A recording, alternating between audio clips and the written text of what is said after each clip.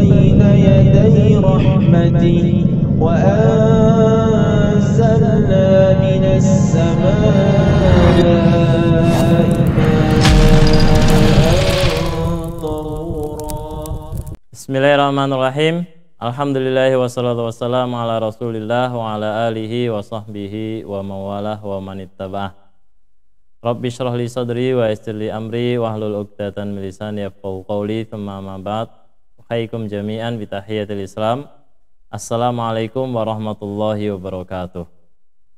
Para ikhwan dan akhwat pemirsa Masjid TV, channel dakwah untuk Islam yang rahmatan lil alamin, yang Allah muliakan, alhamdulillah pada kesempatan kali ini kita bisa berjumpa kembali dalam kajian fikih. Insyaallah kali ini kita akan membahas masih seputar Ramadan, yaitu tentang hukum wanita hamil dan menyusui di saat bulan Ramadan.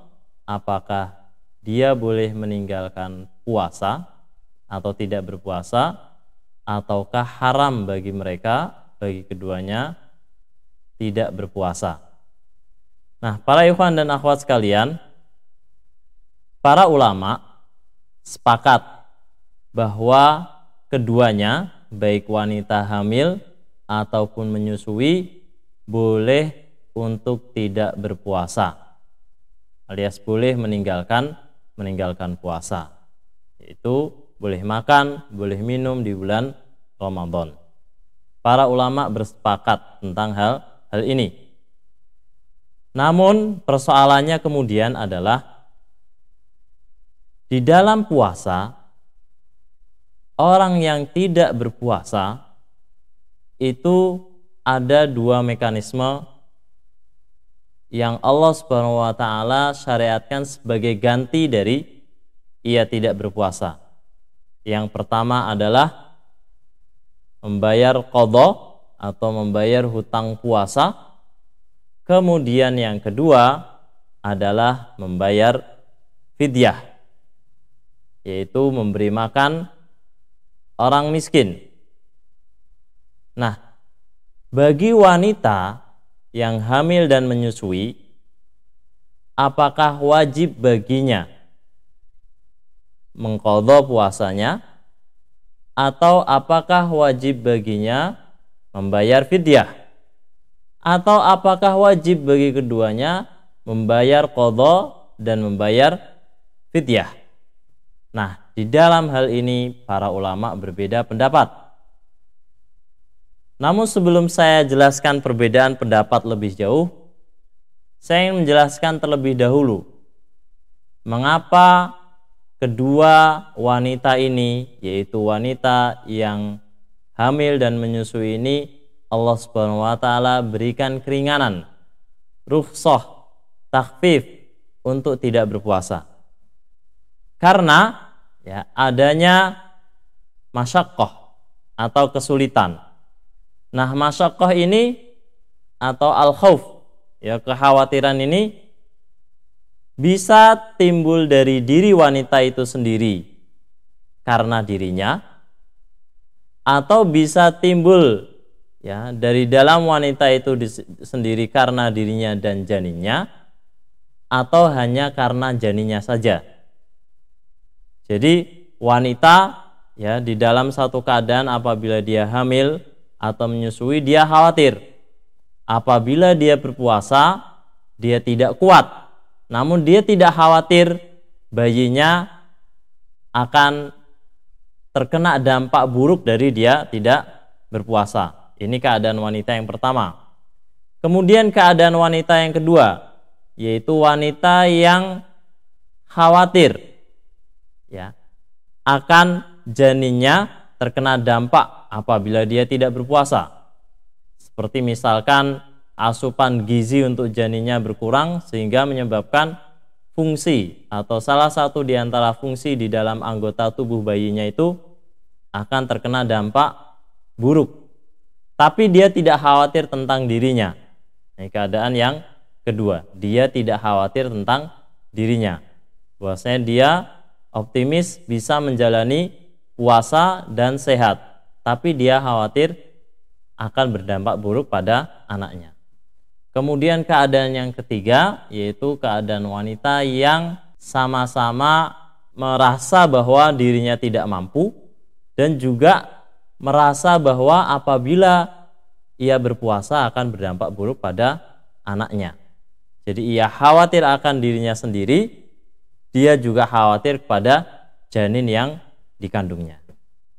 Nah, di dalam keadaan yang pertama yaitu wanita yang khawatir akan dirinya, tapi ia tidak khawatir akan janinnya. Di dalam hal ini para ulama berbeda pendapat. Di antara mereka ada yang berpendapat bahwasanya wajib baginya mengqadha puasa. Di antara yang berpandangan demikian adalah para ulama dari kalangan Al-Ahnaf atau mazhab Hanafi. Kemudian juga di antara mereka adalah Syekh bin Baz, kemudian Syekh Shalih Al-Utsaimin. Mereka berpendapat bahwa wajib baginya mengqadha puasa. Namun sejumlah ulama dari generasi salaf, para sahabat ridwanullahi alaihim, di antaranya Abdullah bin Abbas, Abdullah bin Umar radhiyallahu an, mereka berpendapat bahwasanya bagi wanita yang demikian baginya membayar fidyah. Baginya membayar fidyah, tidak mengqadha puasanya. Nah, kemudian apa yang menjadi dasar bagi masing-masing kelompok dari ulama ini? Adapun para ulama yang berpandangan bahwasanya wanita hamil menyusui yang khawatir akan dirinya tapi dia tidak khawatir akan janinnya, kemudian wajib membayar qadha berdasarkan pada hadis Anas bin Malik radhiyallahu an yang diantaranya diriwayatkan oleh Imam At-Tirmidzi dan An-Nasai, di mana Rasulullah sallallahu alaihi wasallam bersabda, "Innallaha azza wa jalla, sesungguhnya Allah azza wa jalla wada'a 'anil musafiris shaum wa syatras shalah." Allah Subhanahu wa taala memberikan keringanan kepada seorang musafir untuk tidak berpuasa dan untuk mengqashar salatnya. Wa wada'a 'anil hubla wal murdi as-shauma. Dan Allah Subhanahu wa taala memberikan keringanan bagi al-hubla, wanita yang hamil, wal murdi, dan wanita yang menyusui dari puasa. Maksudnya boleh baginya untuk tidak berpuasa. Berdasarkan hadis ini para ikhwan sekalian, para ulama di antaranya dari kalangan Al-Ahnaf dan para ulama kontemporer seperti Bin Baz dan Shalih Al-Utsaimin berpandangan bahwa keadaan wanita yang demikian, hamil dan menyusui yang dia khawatir akan dirinya, meskipun dia tidak khawatir tentang janinnya, itu keadaannya persis seperti seorang musafir dan orang yang sakit. Dan Allah Subhanahu wa taala di dalam ayatnya berfirman, "Faman kana minkum maridon wa ala safarin fa'iddatum min ayyamin ukhar." Maka barang siapa yang di antara kalian sakit ataupun musafir, maka wajib atasnya untuk membayar atau mengqadha puasanya sejumlah dari hari di mana ia meninggalkan puasa. Nah, berdasarkan kias ini, yaitu mengkiaskan wanita hamil dan menyusui pada orang yang sedang safar atau orang yang sakit, berdasarkan hadis ini, maka wajib baginya qadha puasa, bukan membayar fidyah. Karena orang yang musafir di dalam Al-Quran dan orang yang sakit itu mengqadha puasa, bukan membayar fidyah. Nah, adapun para ulama dari kalangan salaf, dari kalangan sahabah ridwanullahi alaihim seperti Abdullah bin Abbas, kemudian Abdullah bin Umar, kemudian Sa'id bin Jubair radhiyallahu anhum jami'an, mereka melandaskan pandangannya terhadap illah dari keadaan dua wanita ini, bahwasanya Allah Subhanahu wa taala menghendaki keringanan, ya, dan tidak menghendaki kesusahan. Yuridu bikumul yusra wa la yuridu bikumul usra. Allah menghendaki kemudahan dan tidak menghendaki kesusahan, ya, dengan adanya keringanan untuk tidak berpuasa. Nah, rukhsah itu, ya, ditemukan apabila wanita yang hamil dan menyusui itu tidak mengqadha puasa dan sebaliknya hanya membayar fidyah. Mengapa demikian? Karena keadaan wanita di zaman dahulu, mereka kerap, ya, setiap tahun hamil, kemudian tahun berikutnya menyusui, ya, setelah selesai menyusui atau di saat sedang menyusui hamil lagi, kemudian menyusui. Artinya keadaan hamil menyusui itu selalu mendatangi mereka setiap tahun. Ini keadaan wanita di zaman dahulu. Karena keadaannya demikian, maka dia seperti orang yang sakit la yurja syifa'uhu, yang tidak diharapkan kesembuhannya, atau seperti orang tua atau lansia. Kita tahu bahwasanya lansia, ya, dan orang yang tidak bisa diharapkan kesembuhannya itu diwajibkan atasnya membayar fidyah apabila tidak berpuasa, atau tidak diwajibkan atasnya mengqadha puasa. Nah, kiasnya tidak kepada orang yang sakit dan musafir, tapi kiasnya adalah kepada orang yang lansia atau orang sakit yang tidak diharapkan kesembuhannya. Kenapa demikian? Karena apabila wanita yang hamil dan menyusui itu dipaksa untuk mengqadha atau diwajibkan atasnya mengqadha puasa, sedangkan ketika ia menemukan tahun berikutnya, ya, Ramadan berikutnya, ia dalam keadaan menyusui masih saja tidak sanggup, maka dia akan berhutang, ya, begitu banyak hari harus dia bayar sampai ketemu Ramadan, sampai ketemu berikutnya, dan seterusnya. Maka apabila, ya, ia harus mengqadha puasa, akan betapa banyak hari-hari di mana dia harus membayar hutang puasanya.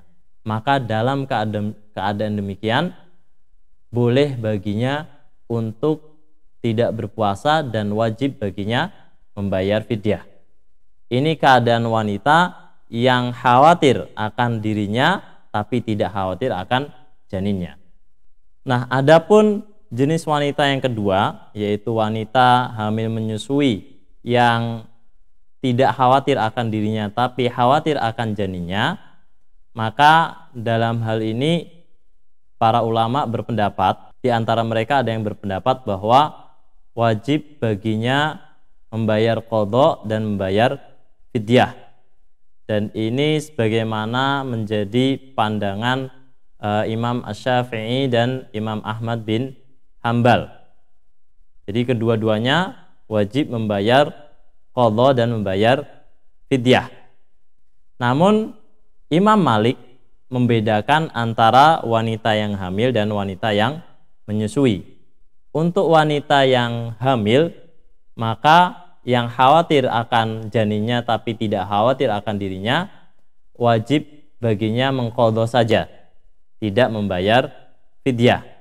Namun bagi wanita yang menyusui, ya, yang khawatir akan janinnya tapi tidak khawatir akan dirinya, Imam Malik sependapat dengan Imam Syafi'i dan Imam Ahmad bin Hambal, wajib baginya membayar qadha dan membayar fidyah. Nah, ini keadaan wanita yang kedua. Adapun keadaan wanita yang ketiga, yaitu wanita yang ia khawatir akan dirinya, juga khawatir akan janinnya.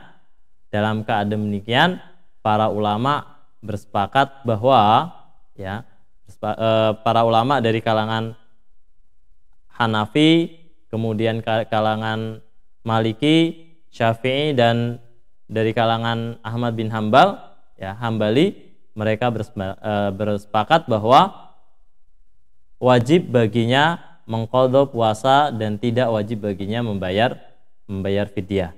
Namun sebagian ulama dari kalangan salaf, ya, seperti yang saya sebutkan di awal, seperti keadaan wanita yang khawatir akan dirinya saja, wanita yang khawatir akan dirinya dan janinnya, itu cukup baginya membayar fidyah dan tidak wajib baginya membayar qadha. Alasannya seperti yang saya jelaskan tadi adalah keadaan demikian akan terus berulang, sehingga wanita yang apabila diwajibkan baginya mengqadha puasa, dia akan terus menemukan susah untuk menemukan kesempatan mengqadha puasanya. Maka dia seperti keadaan orang yang la yurja shifauhu, yang orang sakit yang tidak diharapkan kesembuhannya, atau kecil kemungkinan untuk dia sembuh, atau seperti keadaan lansia, keadaan lansia atau orang yang lanjut usia. Nah, para ikhwan dan akhwat sekalian, Syekh Yusuf Al-Qardawi memiliki pandangan yang menarik. Beliau sepandangan dengan Ibnu Abbas dan Ibnu Umar radhiyallahu an dalam melihat keadaan wanita yang hamil dan menyusui, yang sulit menemukan waktu untuk mengqadha puasanya karena keadaan demikian terus mereka temui di setiap tahun. Tahun ini hamil, kemudian 9 bulan kemudian melahirkan, kemudian keadaan Ramadan berikutnya harus menyusui, menemukan masyaqqah kembali sehingga tidak sempat untuk membayar qadha puasa tahun lalu. Kemudian di tahun berikutnya belum selesai menyusui, di pertengahan tahun harus hamil lagi misalkan, dan seterusnya. Keadaan demikian seterusnya, wanita yang demikian menemukan masyaqqah, padahal di antara illah atau illah dari diringankannya seseorang untuk tidak berpuasa itu adalah masyaqqah, adanya masyaqqah, yaitu kesulitan yang ditemui apabila seorang menjalankan puasa. Nah, bagaimana jika seorang diwajibkan mengqadha tapi dia belum menemukan rukhsah itu? Oleh karenanya, apabila rukhsah itu ditemukan di dalam orang membayar fidyah, wanita membayar fidyah, maka fidyah itu adalah jawaban bagi wanita yang hamil dan menyusui. Namun di keadaan sekarang di mana wanita tidak setiap tahun hamil dan menyusui, keadaan yang demikian seperti wanita yang membatasi misalkan kehamilannya hanya pada 2 anak misalkan, atau wanita yang memang tidak memiliki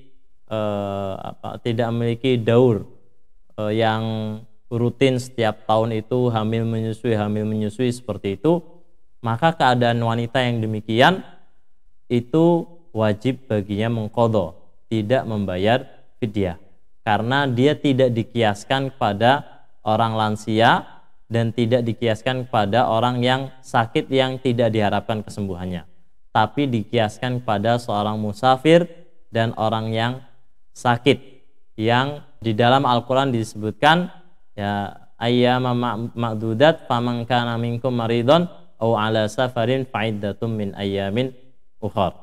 Maka barang siapa di antara kalian yang safar atau sakit, maka wajib atasnya membayar qadha sejumlah hari di mana dia meninggalkan puasa. Nah, inilah para ikhwan dan akhwat sekalian, perbedaan para ulama di dalam memahami kewajiban wanita yang meninggalkan puasa disebabkan karena hamil dan menyusui, apakah mengqadha ataukah membayar fidyah. Nah, berikutnya sebagai penutup, apabila wanita itu membayar fidyah atau memberi makan orang miskin, berapa kali? Apakah dia setiap hari memberi makan orang miskin 3 kali sehari, ataukah sekali dalam sehari? Jadi yang wajib bagi orang yang membayar fidyah seperti lansia atau orang sakit yang tidak diharapkan kesembuhannya, atau seperti wanita yang hamil dan menyusui yang dalam pandangan Ibnu Abbas dan Ibnu Umar radhiyallahu an wajib baginya membayar fidyah. Cara membayar fidyah adalah ukurannya kalau di masa sekarang yaitu sekali makan. Jadi apabila seorang wanita dia tidak berpuasa selama 29 hari ya di bulan Ramadan, maka dia memberi makan sebanyak 30 kali. Bisa caranya dengan mengundang ya banyak orang, 30 orang ya fakir miskin ya di dalam rumahnya, kemudian memberikan makan kepada mereka sekali saja ya, tidak harus 3 kali sehari untuk satu orang miskin. Nah, inilah cara mereka yang diwajibkan untuk membayar fidyah sebagai ganti dari berpuasa. Demikian pembahasan kita kali ini, semoga ada manfaatnya bagi ikhwan dan akhwat sekalian. Barakallahu fikum, hadanallahu iyyakum wa afu minkum. Kurang lebihnya saya mohon maaf. Subhanakallahumma bihamdika asyhadu an la ilaha illa anta astaghfiruka wa atubu ilaik. Assalamualaikum warahmatullahi wabarakatuh. بين يدي رحمته وأنزلنا من السماء